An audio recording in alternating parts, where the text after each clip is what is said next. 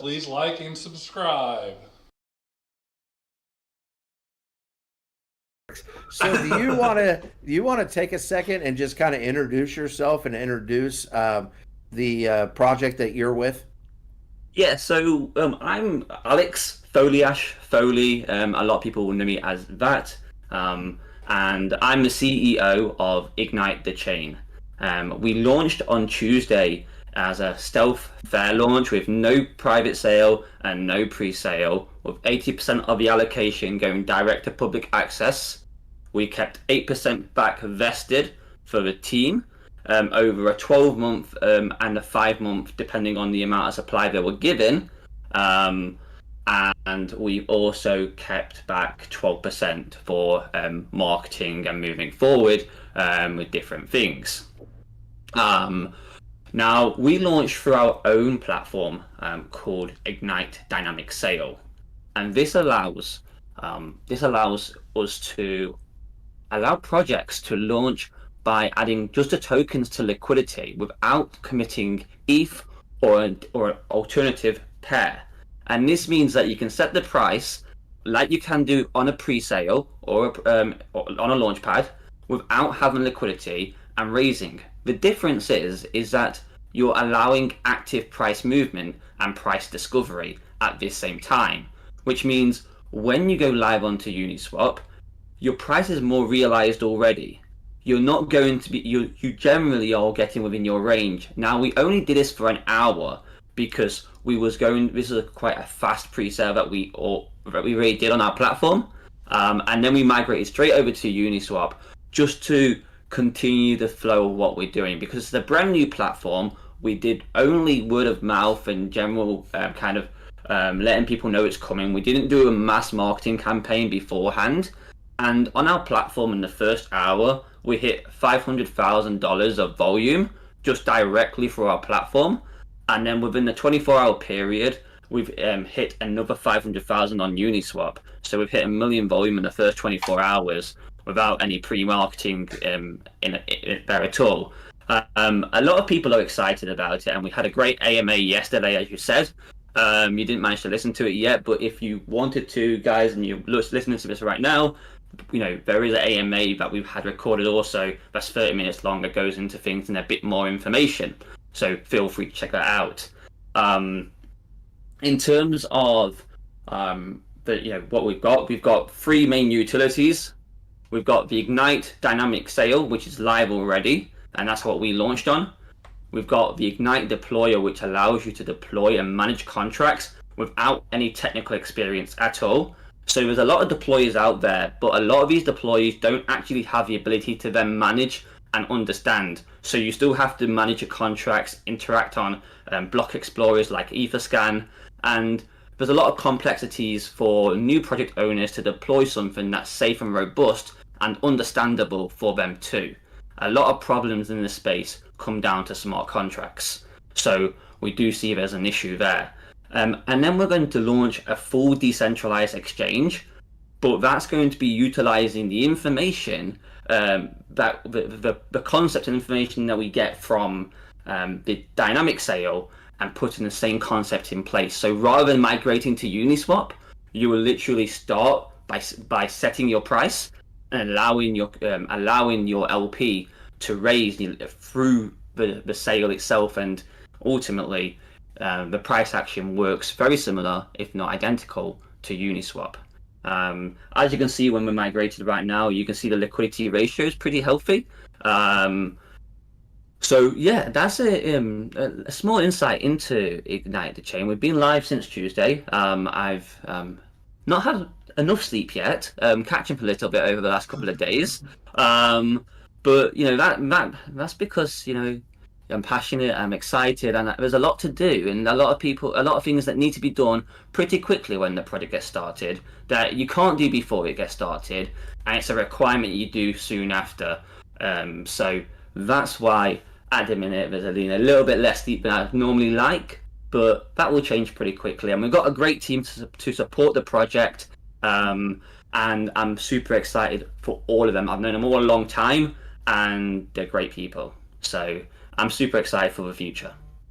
Yeah, I think you're right. Might be a little bit worried if anybody that actually launched a project got sleep. Like everyone we've ever talked to, like I haven't slept at all. So if you came on here and said, "Oh, I've slept 14 hours a night," I'd be like, "Are you sure you're doing this right?"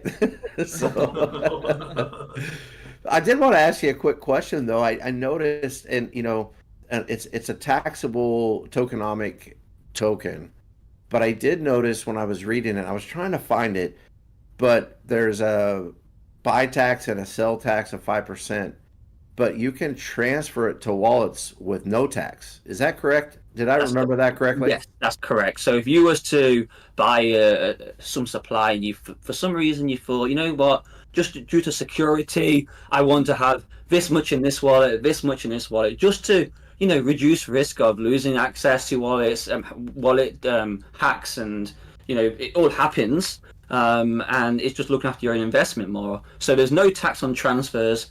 There is a 5% buy and sell tax, and that's used for all forms of whatever's required at the time to help the project. So if that's marketing, if that's paying the team, if that's paying developers, if that's buying tokens off the market, all these different things, it's just a flexible budget that we'll have to allocate to certain things. And also, when you guys first launched, is there a 10% tax in the first 24 hours, or is Yes. that when like you first buy? So no, so we had our buy tax has always been 5%. And Okay. when we launched, we actually had a higher sell tax for the very first minute. It dropped down very quickly for 20 minutes, so it went 50, 40, 30, 20, 10 Oh, wow. on sell tax, and from there it stayed at 10 for 24 hours, and now it's at 5.5. And we did that because there was we did a lot of pre-sharing the project, and there's always opportunities to want to ruin it for people who are investing, Hmm. and we don't want people to be heavily liquidated on a launch. So if we launched with 5.5, we would have a massive sell straight away, and a lot of people would have been liquidated. Which from the marketing wallet or the company wallet, we can help resuscitate the chart if we had to. Now, we didn't have to do anything like that at launch. The price discovery worked really well, and people were buying up any sales that did happen. So it did show a lot of positive feelings towards the project, but we did that as a safety net because the people who are going to be in quick and out quick, they're not here to help the project's long-term vision, and the people who are only going to get damaged by that are the people who believe in the project. So we didn't have a higher buy tax for that purpose, and it was only sell tax for the first 20 minutes higher, 24 hours a little bit higher than normal, and now it's down to normal. And if anybody's selling now, they're selling with 5% tax. That's very smart. It sounds like you guys learned a lot from other launches. Yeah. Yeah, I mean, we've watched a lot of launches. We've been, as a team, and we've been in the space a while. So, we've learned a lot from what to do, what not to do, and try to put all that together as best as possible. And you can never be perfect and make all the right decisions, but you can for sure learn from experience. And that's what we feel we did on this. We did as much preparation as possible, tested as much as possible, and we was ready to launch for about 24 to 48 hours before we actually launched. Everything was done, contracts deployed, the lot. We was ready. We wasn't messing around. But there was still that suspense that we're not live yet. We're going to have a lot of people going to our platform. How is it going to handle it? We've only simulated this types of volume. We've not had real people accessing, and we had, within an hour, we had about within the first about 20 minutes, we had about 200 holders, and this was a complete stealth launch. Nobody knew it was, nobody knew it was coming, and it really, came up quite quickly. And the supply distribution is starting to look really healthy as well now. Yeah, and I was looking at your roadmap, and you're in phase 1, and it's built out to phase 4. There's a lot coming up. Do you have a time frame for phase 4, or is that just when it's ready, it's coming out? I think we've got to be realistic, and setting timeframes for something that's so far away is just not a great idea. I don't like the idea of promising something when things can move. If I'm going to say something, I want to make sure that I've already ensured that nothing could possibly go wrong. So, we got Twitter gold verified already, and for our project, we're only 2 days old there, and we did that, but we knew it was going to happen, but because it wasn't there yet and I didn't want any hiccups, I just didn't say anything, because there's no point promising something, even if you've got it paid for and got it sorted, there's no point promising something before it happens. And there's also the element of buy the rumor, sell the news as well in crypto a lot. So if we start promoting that, we're going to end up getting people liquidated off pump and dump on price action. And again, it doesn't incentivize people to buy the project, but only the news. And that's not something that really, as a team, we're a fan of.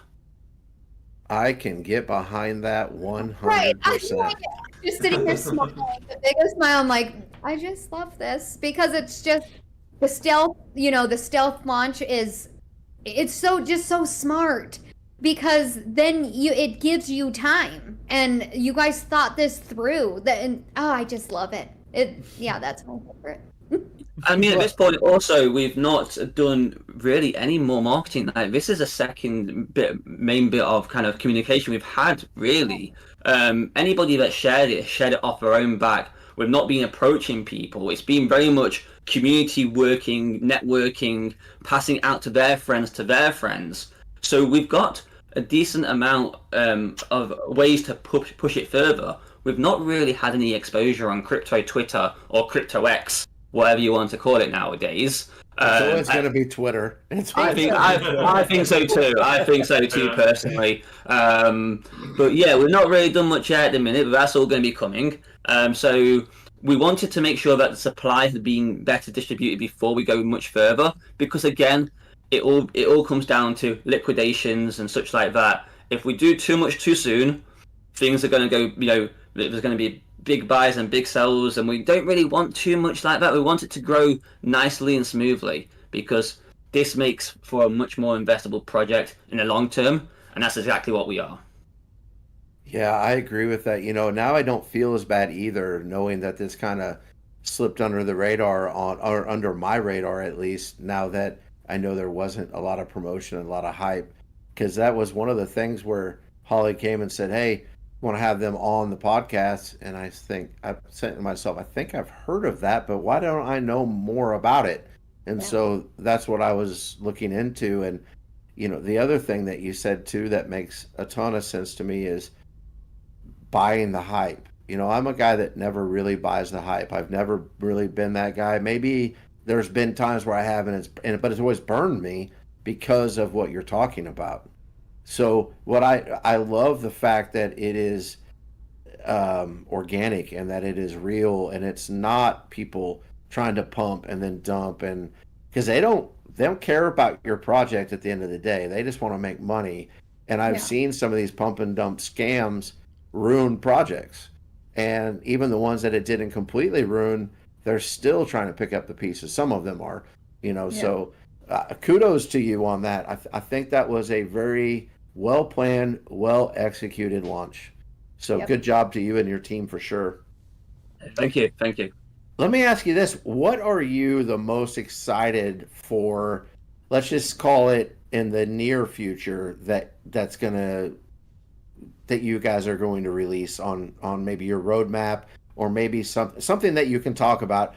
We never want to pin anybody to the wall and try to get inside information, but is there one thing that sooner than later that you are the most excited about for your project?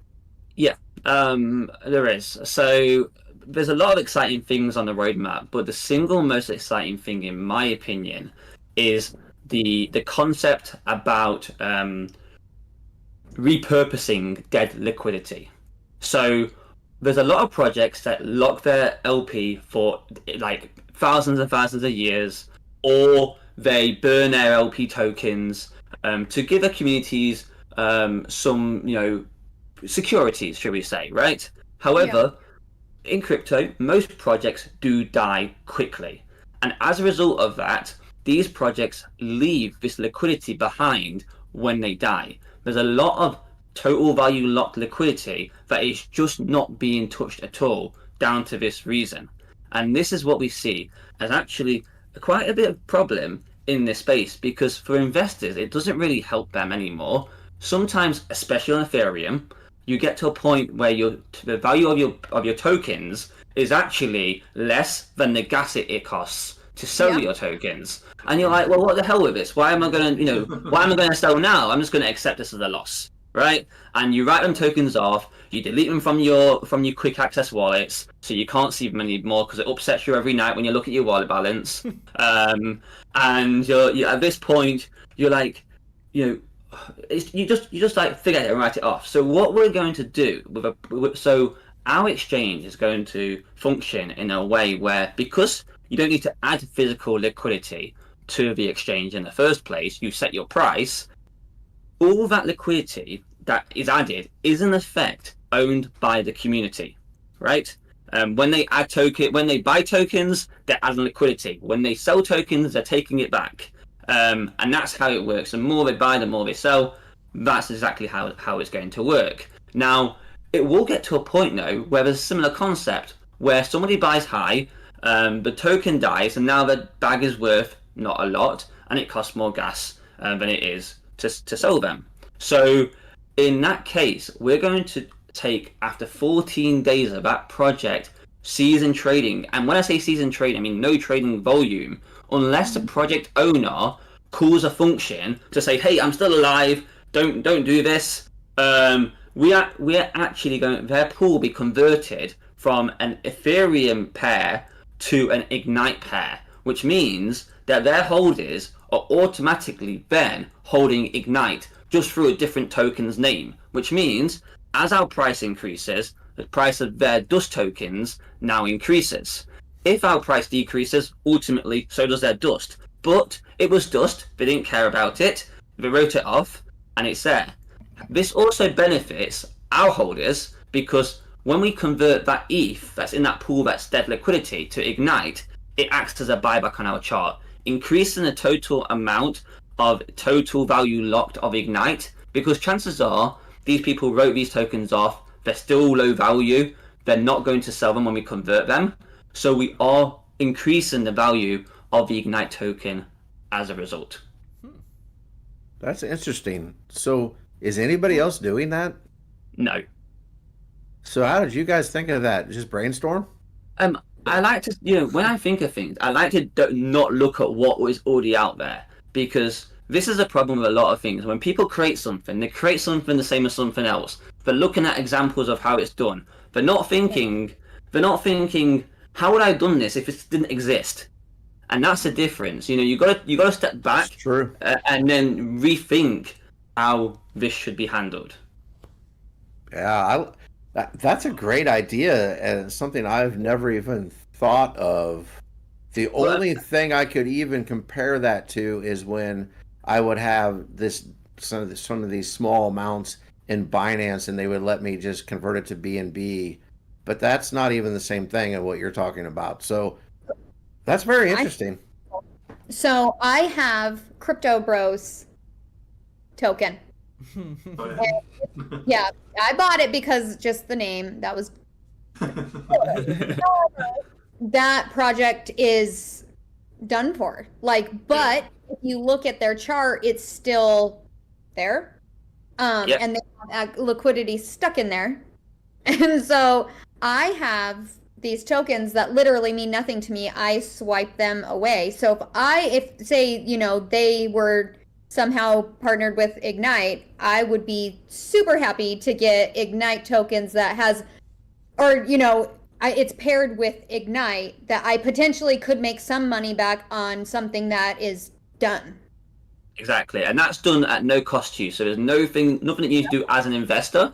There's no gas fees involved in that for you, because your token that you're holding doesn't change. The only thing that changes is a pool pair, and that's done without your involvement as an investor. And even if you didn't have, there's nothing different you have to do as an investor either, which means that when you come to sell, you just sell the same way.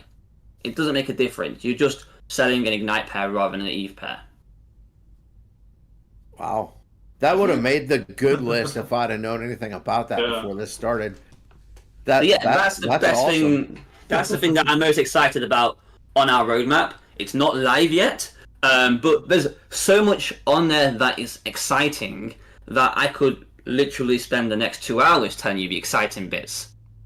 Yeah, so I'm actually looking at for anybody that's seen me keep looking to my left, I'm actually looking at the roadmap, and there's a lot of stuff on there, except for, and this is, I don't know how much you've paid attention to our podcast, but there is some satire every once in a while here. I see in phase 3 something that's coming up that you guys are going to launch a podcast.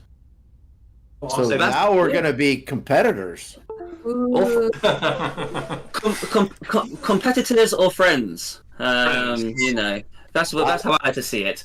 We're in a Horse. and who knows? We might end up stealing one of you, and Uh-oh. Oh wow! Don't steal Caleb. The food bill is expensive. Right.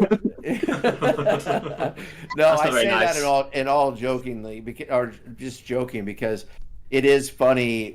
I saw that, and we've had people ask us from other podcasts about being competitive and this and that. And honestly, what's happened to people that we've either been on their podcast or they've been on ours is we've just become like great friends. Yeah. Because we completely understand what each other is going through. And so it's like a friendship, but it's like next level, because you could talk about things that nobody else would have any clue about what you're talking about.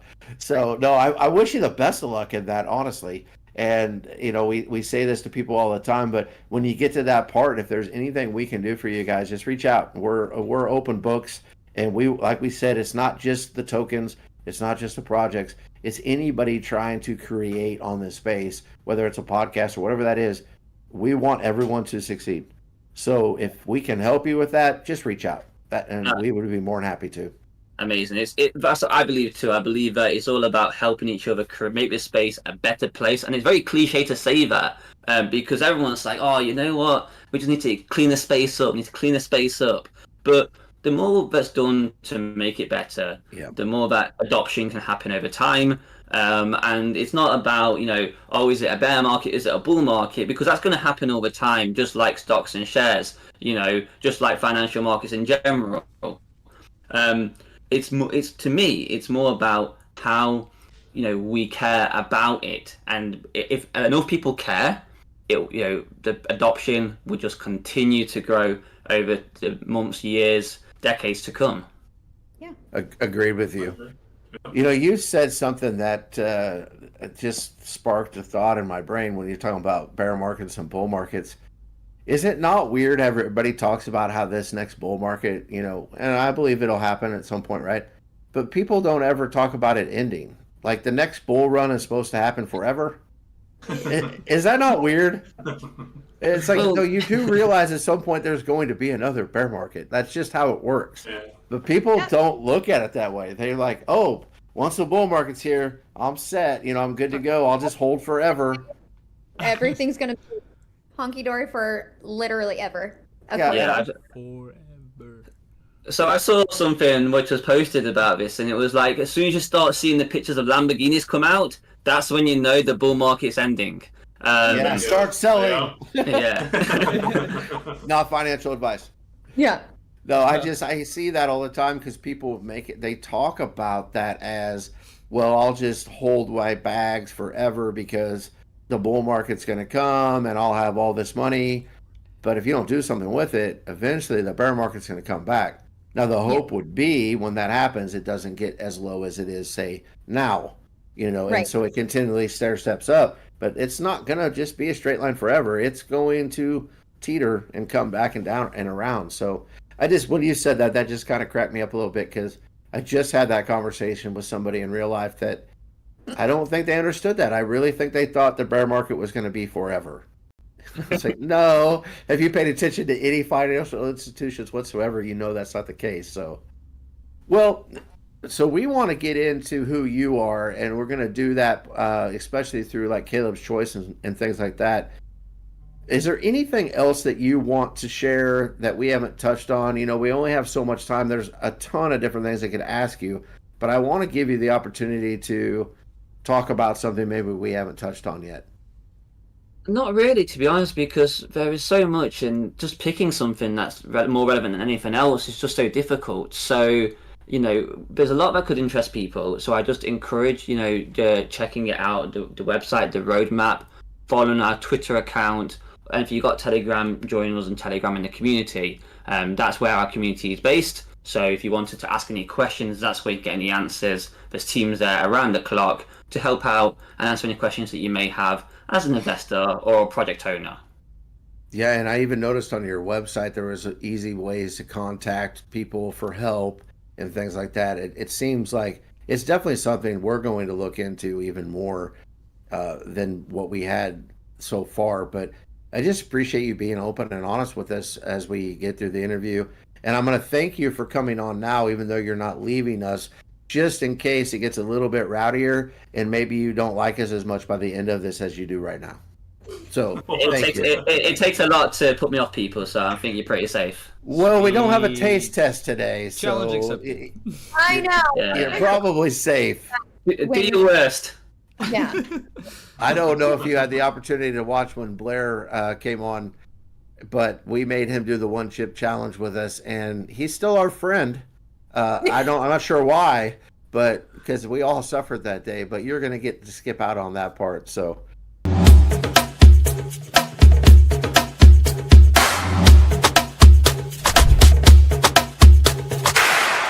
I'm Caleb. Please like and subscribe.